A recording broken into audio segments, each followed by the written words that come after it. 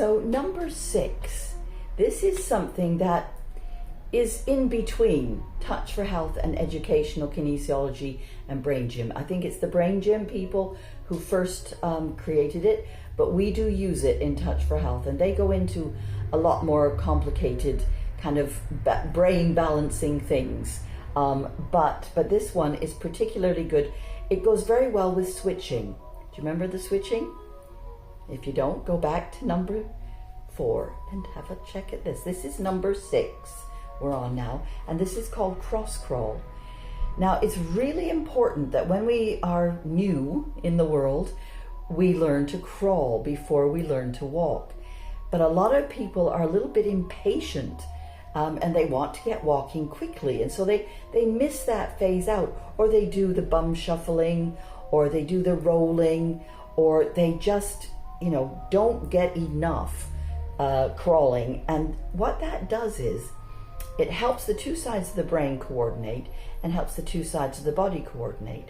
So these clever people at educational kinesiology figured out that if you do this, put your right hand on the top of your left knee and your left hand on the top of your right knee for a period of time, say 10 minutes or so, every day, what this does is it helps overcome that lack in your past.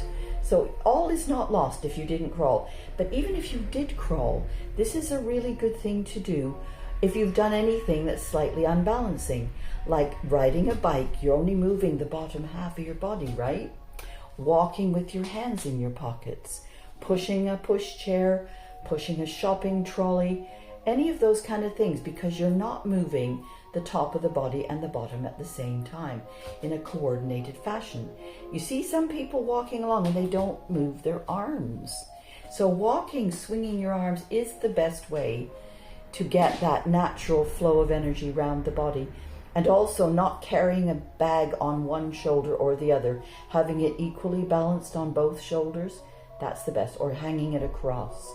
But this cross crawl, you can do it many ways.